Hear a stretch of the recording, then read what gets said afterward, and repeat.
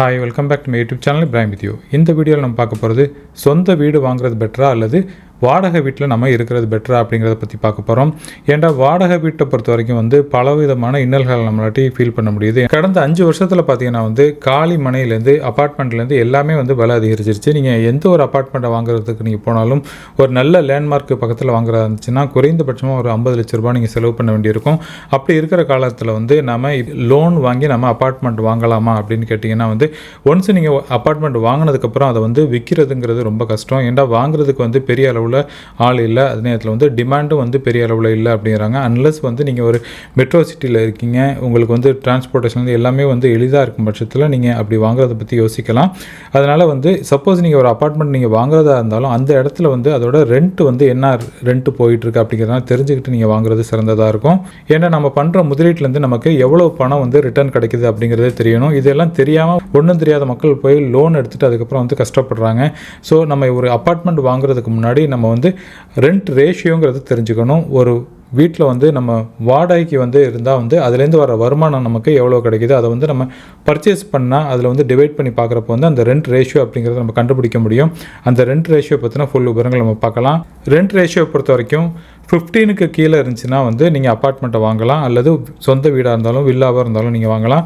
Suppose 15 to 20 இருந்துச்சுன்னா உங்களோட ஃபேமிலியோட நீடு இருந்துச்சுன்னா நீங்கள் வாங்கிக்கலாம். அதாவது பிள்ளைகள் படிக்கிறாங்க, அதுக்கு பக்கத்தில் எனக்கு வீடு வேணும், நான் ஒர்க் பண்ணுற இடத்துக்கு பக்கத்துலேயே எனக்கு வீடு இருக்குது, எனக்கும் என் பிள்ளைங்களுக்கும் இந்த இடம் கரெக்டாக இருக்கும் அப்படின்னு நீங்கள் ஃபீல் பண்ணிங்கன்னா அந்த ரேஷியோவில் நீங்கள் பர்ச்சேஸ் பண்ணலாம். 20க்கு மேலே ரேஷியோவில் இருந்துச்சுன்னா நீங்கள் ரெண்டில் போகிறது தான் சிறந்தது. அதை இன்னும் டீட்டெயிலாக நான் உங்களுக்கு விளக்குறேன். உதாரணத்துக்கு ஒரு நபர் 30 லட்ச ரூபாய்க்கு ஒரு அப்பார்ட்மெண்ட் வாங்குறதா நம்ம எடுத்துக்கோம். அந்த காலகட்டங்களில் அந்த ஏரியாவில் 10,000 ரூபாய்க்கு ரெண்ட் போயிட்டுருக்கா நம்ம எடுத்துக்கலாம். அப்படி பார்த்தீங்கன்னா ஒரு வருடத்துக்கு வாடகை நீங்கள் கொடுக்குறது 1,20,000 ரூபா நீங்கள் வாடகை செலுத்த வேண்டியிருக்கும். ஸோ வீட்டோட விலை 30 லட்ச ரூபா, அதை நம்ம 1,20,000 ரூபா, அதாவது அந்த வாடகையோடு வச்சு நம்ம டிவைட் பண்ணி பார்த்தீங்கன்னா நமக்கு கிடைக்கிற ரேஷியோ தான் ரெண்ட் ரேஷியோ அப்படிங்கிறது. உங்களுக்கு இந்த கால்குலேஷனை பார்த்தீங்கன்னா 25% கிடைக்கும். இந்த 25% பார்த்தீங்கன்னா இதில் நீங்கள் ரெண்ட்டுக்கு எடுக்கிறது தான் சிறந்தது. ஸோ அப்பார்ட்மெண்ட்டை நீங்கள் காசு கொடுத்து வாங்கி இவ்வளோ வட்டி செலுத்தி ஒரு 10-20 வருடத்துக்கு நீங்கள் உங்களோட கையில் இருக்கிற ஏர்ன் பண்ணுற தொகை எல்லாத்தையும் செலுத்தி நீங்கள் வாங்கணுங்கிற தேவை கிடையாது. ஸோ 25 ரேஷியோ இருக்கிறப்போ நமக்கு பெஸ்ட்டு ரெண்ட் எடுத்து தங்குறது தான் பெஸ்ட்டு. எதற்கு அப்படி சொல்கிறேன்னு பார்த்தீங்கன்னா 1,20,000 ரூபா நீங்கள் 30 லட்சத்தோடு வச்சு டிவைட் பண்ணி பார்த்தீங்கன்னா உங்களுக்கு 4% தான் கிடைக்கும். அதாவது நீங்கள் பண்ணுற முதலீட்டிலேருந்து கிடைக்கிற ரிட்டர்ன் பார்த்தீங்கன்னா வெறும் 4% தான் உங்களுக்கு கிடைக்குது. ஸோ அதனால் இதை நம்ம பர்ச்சேஸ் பண்ணுறதை விட ரெண்டில் அந்த ஏரியாவில் நம்ம தங்குறது சிறந்ததாக இருக்கும்.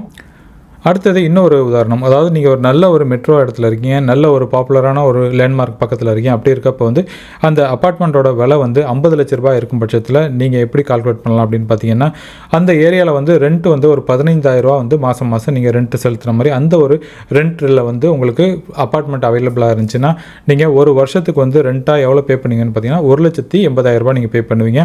அதை 50 லட்சத்தோடு நம்ம டிவைட் பண்ணி பார்க்குறப்போ நமக்கு எவ்வளோ அந்த ரெண்ட் ரேஷியோ வரும் அப்படின்னு பார்த்தீங்கன்னா 27.77 ஆயிருக்கு. இதுலேயும் பார்த்தீங்கன்னா நான் சொன்னது மாதிரி 20க்கு மேலே இருந்துச்சுன்னா நம்ம ரெண்டில் எடுக்கிறது தான் சிறந்தது. அதனால் இதுலேயும் நீங்கள் ரெண்டில் எடுக்கிறது தான் சிறந்தது. ஏன் இப்படி சொல்கிறேன்டா, 1,80,000 ரூபா நீங்கள் 50 லட்ச ரூபா நீங்கள் டிவைட் பண்ணி பார்த்தீங்கன்னா உங்களுக்கு 3.6% கிடைக்கும். அதாவது ஓவராலாக பார்த்தீங்கன்னா இதுலேருந்து கிடைக்கிற ரிட்டர்ன் உங்களுக்கு வெறும் 3.6, அதாவது 3.6% தான் ரிட்டர்ன் கிடைக்கிது. அதனால் இதை நம்ம முதலீடு பண்ணாமல் தவிர்த்துக்கிட்டு நம்ம ரெண்டில் இருக்கிறது தான் சிறந்தது. அடுத்தது தேர்டாக ஒரு எக்ஸாம்பிள் பார்ப்போம். இந்த எக்ஸாம்பிளை பொறுத்த வரைக்கும் பார்த்தீங்கன்னா நீங்கள் நல்ல ஒரு மெட்ரோ இடத்துல இருக்கீங்க, ஒரு லேண்ட்மார்க் பக்கத்தில் இருக்கீங்க. அப்படி இருக்கப்போ அந்த ஏரியாவில் வாடகை பார்த்தீங்கன்னா ஒரு மாதத்தோட வாடகை 40,000 ரூபாய் இருக்குது அப்படின்னு நம்ம எடுத்துக்கலாம். அப்பார்ட்மெண்ட்டோட காஸ்ட் 50 லட்ச ரூபாய் கிடச்சிச்சின்னா நீங்கள் சப்போஸ் 40,000 ரூபாய்க்கு அந்த ஏரியாவில் வாடகைக்கு இருக்கும் பட்சத்தில் ஒரு வருடத்தோட வாடகை தொகை பார்த்தீங்கன்னா 4,80,000 ரூபா வரும்.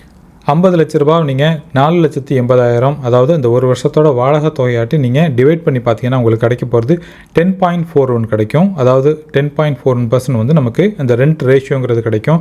அப்படி பார்த்தீங்கன்னா இது கரெக்டான ப்ரைஸு, நாம் இதில் வாங்குறதுக்கு இது ஒரு அருமையான ஒரு இடம் அப்படிங்கிறத நீங்கள் தீர்மானிச்சுக்கலாம். மற்றதெல்லாம் நம்ம முன்னாடினா பார்த்ததுனா நமக்கு ரெண்ட் ரேஷியோ 20க்கு மேலே இருந்ததுனால நம்ம ரெண்டில் இருக்கிறது சிறந்தது அப்படின்னு சொல்லியிருந்தேன். இதில் பார்த்தீங்கன்னா ரெண்ட் ரேஷியோ 10.41 தான் இருக்கிறதுனால இதில் நம்ம பர்ச்சேஸ் பண்ணுறது பெட்டரான ஒரு ஆப்ஷன். இந்த இடத்துல நம்ம ஃப்ளாட் வாங்குறது நமக்கு சிறந்ததாக இருக்கும். இதில் எப்படி நம்ம கால்குலேட் பண்ணணும்னு பார்த்தீங்கன்னா 4,80,000 அதாவது ஒரு வருடத்தோட வாடகையை வந்து 50 லட்ச ரூபாவட்டி நம்ம டிவைட் பண்ணி பார்த்தீங்கன்னா வந்து உங்களுக்கு 9.6% கிடைக்கும். அதாவது நீங்கள் பண்ணின முதலீட்டுக்கு வந்து உங்களுக்கு 9.6% வந்து ரிட்டர்ன் கிடைக்கிது அப்படின்னு நீங்கள் கால்குலேட். மற்ற 2 உதாரணமும் நீங்கள் பார்த்தீங்கன்னா வந்து அதுலேருந்து 3.6%, 4% அப்படிங்கிற அளவு தான் கிடச்சிச்சு. இதில் பார்த்தீங்கன்னா 9.6% வந்து உங்களுக்கு ரிட்டர்ன் கிடைக்கிது.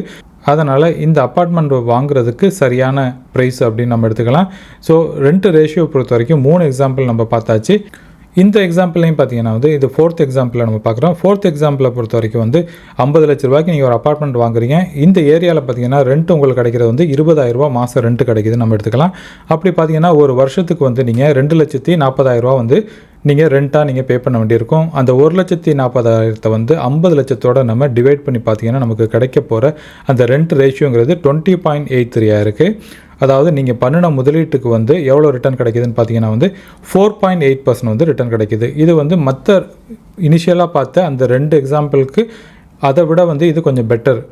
அதே நேரத்தில் இது வந்து 20ங்கிற அந்த ரேஷியோவில் இருக்கிறதுனால வந்து நீங்கள் இந்த இடத்த வந்து சப்போஸ் நீங்கள் இந்த ஏரியாவில் நீங்கள் ஒர்க் பண்ணுறவராக இருந்தால் இதை நீங்கள் பர்ச்சேஸ் பண்ணுறதை கன்சிடர் பண்ணலாம். அல்லது உங்களோட பிள்ளைகளோட எதிர்காலத்துக்கு வந்து இந்த படிப்பு படிக்கிறதுக்கு வந்து இந்த ஏரியா வந்து சிறந்த ஏரியாவாக இருக்கும் நீங்கள் ஃபீல் பண்ணிங்கன்னா உங்கள் குடும்பத்தோட விருப்பத்திற்காக இந்த இடத்த வந்து நீங்கள் பர்ச்சேஸ் பண்ணுறது சிறந்ததாக இருக்கும்.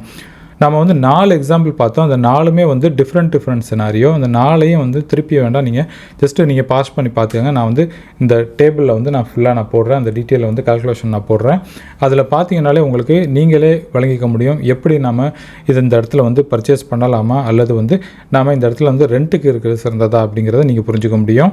ஸோ நம்ம ஒரு அப்பார்ட்மெண்ட்டோ அல்லது ஒரு வீடோ நம்ம பர்ச்சேஸ் பண்ணுறதுக்கு முன்னாடி என்னென்ன விஷயங்கள் நம்ம கவனிக்கணும் அப்படின்னு பார்த்தீங்கன்னா, உங்களோட வேலை வந்து பர்மனெண்ட்டாக இருக்கா, அதாவது அந்த ஏரியாலும் சரி உங்களுக்கு வந்து ஒரு ஜாப் செக்யூரிட்டி இருக்கா அப்படிங்கிறத பார்த்துக்கங்க. ஏன்னா ஒன்ஸ் நீங்கள் லோன் போட்டதுக்கப்புறம் வந்து உங்கள்கிட்ட அந்த இஎம்ஐ பே பண்ண முடியாக்கட்டி நீங்கள் ரொம்ப ஒரு சிக்கலில் போயிடுவீங்க.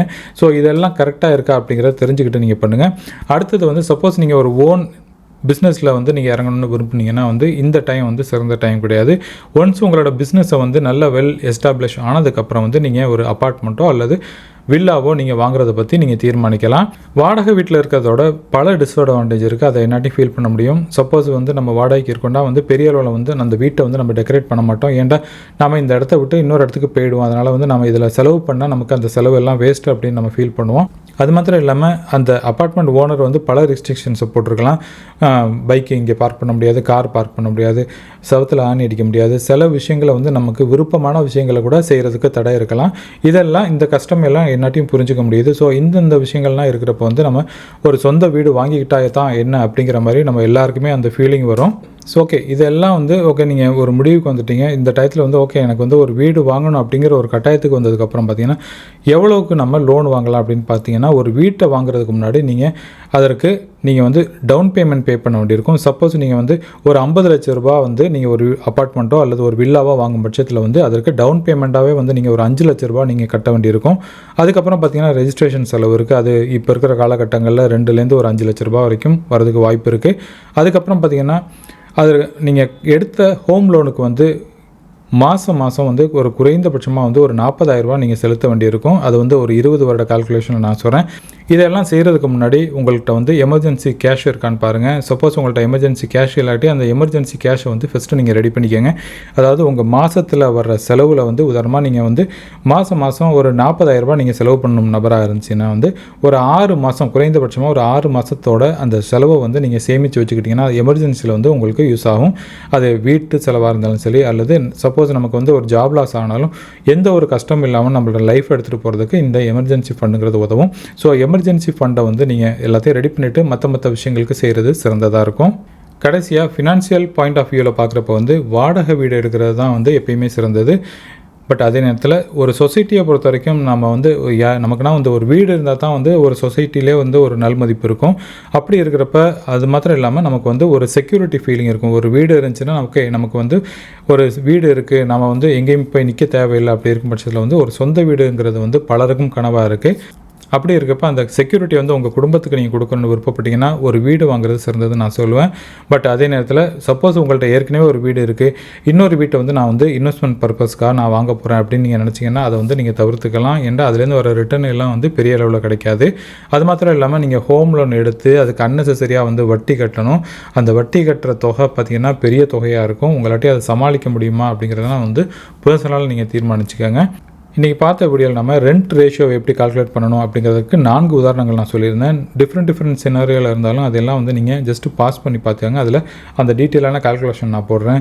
ஸோ இந்த கால்குலேஷன் படி வந்துச்சுன்னா நீங்கள் உங்களுக்கு அந்த 20க்கு கீழே இருந்துச்சுன்னா நீங்கள் வாங்குறதை பற்றி கன்சிடர் பண்ணலாம். 20க்கு மேலே ரெண்ட் ரேஷியோ இருக்கிறப்ப உங்களுக்கு ரெண்ட்டில் இருக்கிறது தான் சிறந்தது. இந்த வீடியோ பிடிச்சிருந்துச்சுன்னா லைக் பண்ணுங்கள், உங்கள் ஃபேமிலி ஃப்ரெண்ட்ஸோட ஷேர் பண்ணுங்கள். இது வரைக்கும் என் சேனல் நீங்கள் சப்ஸ்கிரைப் பண்ணாமல் இருந்தீங்கன்னா என் சேனல் நீங்கள் சப்ஸ்கிரைப் பண்ணிக்கோங்க. மேலும் இதே மாதிரி ஒரு நல்ல டாப்பிக்கோட நான் உங்களை மீட் பண்ணுறேன். அது வரைக்கும் டேக் கேர், பபாய்.